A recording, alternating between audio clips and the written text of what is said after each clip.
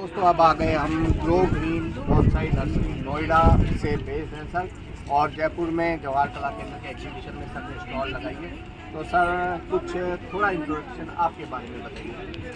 मैं शौमिक दास, grow green bonsai nursery, और मेरी नर्सरी नोएडा बेस्ड है जैसे कि आपने कहा, और वहाँ से हम लोग यहाँ जयपुर में इस पुष्प मेला जो एग्जीबिशन है आप लोगों की, यहाँ पे हम लोग आए हैं। बहुत खुशी की बात है सर, बहुत खुशी की बात। तो आपको कितने साल हो गए सर बॉन्साई में लगभग वर्क करते हुए? मेरी स्पेशलिटी बॉन्साई में है, और तकरीबन स्कूल टाइम जब मैं 11वीं में पढ़ता था तब से मुझे इसका चस्का लगा, जैसे आप लोग कह सकते हैं एक शौक हुआ, तो तब से इसका एक धीरे धीरे करते हुए ये मेरा पैशन है, इस चीज़ को मैं करता हूँ। आप तो थोड़ी दिखाइए सर आपके कलेक्शन में क्या कुछ है। आप देख सकते हैं यहाँ पे ये सरिसा पेड़ है। अब इसको बोनसाई में एक स्टाइल जिसे हम लोग कहते हैं एक्सपोज रूट। अच्छा, एक्सपोज रूट वाली है ये एक्सपोज रूट है। अच्छा, और सरिसा वेरीगेटेड इसकी वैरायटी है, और ये एक पॉकेट फ्रेंडली प्लांट है। अच्छा, 1300-1400 रुपये में आपको मिल जाता है। बना हुआ पेड़ है, 8 से 10 साल पुराना पेड़ है। अच्छा, 8-10 साल पुराना। उसके बाद अगर दूसरा वाला अगर पेड़ देखेंगे, अच्छा, वो चाइनीज एल्म है। वो 12-15 साल पुराना पेड़ है। ये भी 3-3.5 हज़ार की रेंज में है। इसके साथ वाला पेड़ जो थोड़ा खास है, ये फाइकस माइक्रोकार्पा, फाइकस की वैरायटी का सबसे छोटा पत्ती वाला पेड़ है। इसे हम लोग इंडोनेशिया में इसे टाइगर्स बार्क भी कहते हैं। और ये पेड़ है जो तकरीबन कोई 20 से 25 साल पुराना पेड़ है। अच्छा। एंड उसके बाद आप देखेंगे एक ये जो हमारा काम है जिसे हम लोग रॉक्स पे करते हैं, आप देखेंगे। हाँ जी, तो ये रॉक्स के ऊपर मेरा काम है। हम लोग प्लांट्स ऑन रॉक, इसे इस शैली को हम पेंजिंग शैली कहते हैं। पेंजिंग मीन्स मिनिएचर लैंडस्केप। एक कोई ट्रे में एक छोटा सा लैंडस्केप का दृश्य दिखाऊंगा। बहुत बढ़िया, बहुत बढ़िया। और उसके ऊपर पेड़ है, वो भी फाइकस का ही पेड़ है। हाँ। जो कि 30-35 साल पुराना पेड़ है। बहुत बढ़िया सर। बहुत सुंदर से जो है रॉक्स के अंदर ये प्लांट्स लगे हुए हैं, जैसे मैं देख रहा हूँ। ये थोड़ा सा नया मेरे को लुक लग रहा है कि पॉट्स जो डैमेज हो गई या तो उनको यूटिलाइज किया है, और उसके साथ में खूबसूरती बहुत अच्छी आ रही है इसमें। जी बिल्कुल सही आपने कहा। एक ये नया स्टाइल है, ब्रोकन पॉट्स हम इसे कहते हैं। ये तो मेरे जो पॉट्स टूट गए हैं उनको मैंने बनाया है। और नहीं तो हम पॉट्स को इसी हिसाब से डिज़ाइन से हम प्लेस करके बनवाते हैं। आप देखेंगे इसमें हमने किस तरीके से पत्थरों को जोड़ के एक जैसे आप लोग इसे कहें कि स्टेप फार्मिंग कहलाती है पहाड़ों में, सीढ़ी नुमा खेती।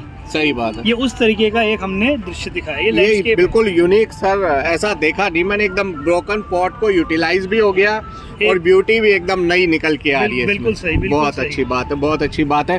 और नेक्स्ट आप कौन से बॉन्साई दिखा रहे हैं? नेक्स्ट आप कैस्केड कहते हैं।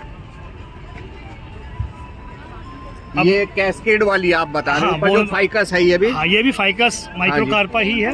बोनसाई में कई स्टाइल आते हैं, जैसे पीछे आपने एक फॉरेस्ट देखा। फिर मैंने आपको कहा एक्सपोज रूट एक स्टाइल आ गया। फिर एक ये स्टाइल है जिसे हम कैस्केड कहते हैं। अच्छा। फिर एक ये है हम पत्थरों के बीच में जो बन रहा है। अच्छा, रॉक्स के ऊपर चल रहा है ये पेड़, आप ये देख सकते हैं।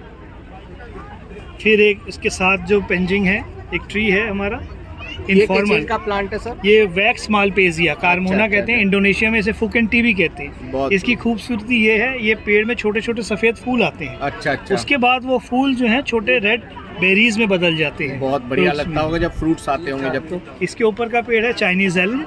अच्छा। ये पहला अलग अलग प्रजातियां हैं। बाय नेचर में हम लोग जब बोनसाई बनाते हैं, हम यही से आगे मैं बताऊंगा जो नए बिगनर्स हैं कि आप छोटी पत्ती वेराइटीज़ जो हैं, जो स्मॉल लीव्स वेराइटीज़ प्लांट्स, उसको आप सिलेक्ट करें, क्योंकि आप देखेंगे इनके पत्ते ही छोटी छोटी हैं।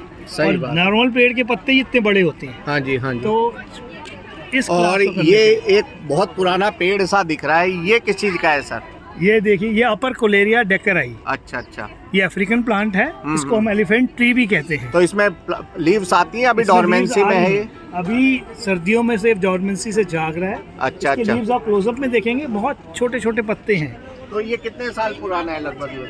ये तकरीबन पेड़ होगा आपका 40 से 45 साल पुराना पेड़ है। और ये जो पेड़ की प्रजाति है, इसकी जो पत्तियां हैं वर्ल्ड में सबसे स्मॉलेस्ट लीव्स में मानी जाती है। बहुत बारीक आती है। हाँ, बहुत छोटी है। इतना छोटा पत्ता बहुत कम पेड़ों में पाया जाता है। बहुत बढ़िया बात है। और इसका नाम क्या होगा भाई? अपर कोलेरिया डेकराई। नॉर्मली लोग क्या समझते हैं कि काट छाट करने को ही बॉन्साई कहते हैं, काट के छोटा कर दो प्लांट को और छोटे से गमले में लगा दो, तो ये कहाँ तक सही है?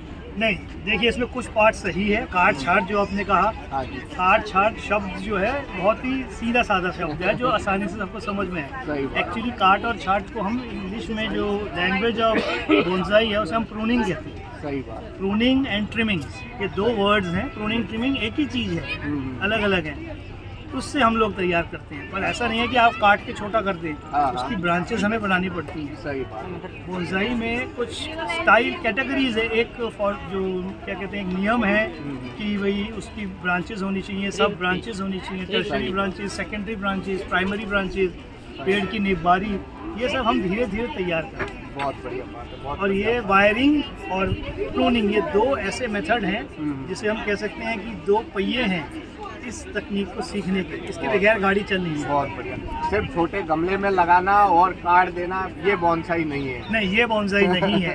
एक पेड़ की जो चीज़ असली में जो पेड़ में दिखाई जाती है, दिखती है हमें उनकी ब्रांचेस, शाखाएं, हाँ जी। वो सारी खूबियाँ हाँ। उस गमले में अगर जिस पेड़ पे आप लगा रहे हैं उसमें अगर वो चीज़ दिखाई दे तो उसे हम एक्चुअल बोनसाई कहते हैं। एक बोनसाई जो शब्द है ये दो शब्दों से बना है, बोन प्लस शाई। अच्छा अच्छा। जापानीज वर्ड है बोन और शाय। बोन का मतलब है बर्तन और शाय मीन्स ट्री। जब एक पेड़, गमला, उस बर्तन को हम गमला कैसे कहते हैं, एक गमले में एक पेड़ होता है उसे हम मिला के बोनसाई कहते हैं। बहुत बढ़िया बात है। बहुत नई जानकारियाँ कुछ मिल रही हैं आपसे हमको। तो सर जैसे हम लोग कोई भी पौधे की बना सकते हैं बोनसाई या कुछ चॉइस होती है इसमें भी? तकरीबन जैसे हम लोग इंडिया में हैं, अगर हम लोग जयपुर और नॉर्थ इंडिया की बात करते हैं, कई पेड़ हैं जो प्रजातियां हैं। हर पेड़ का बोनसाई नहीं बन पाता। अच्छा। कुछ विशेष प्रकार के पेड़ होते हैं जिनका आप बना सकते हैं।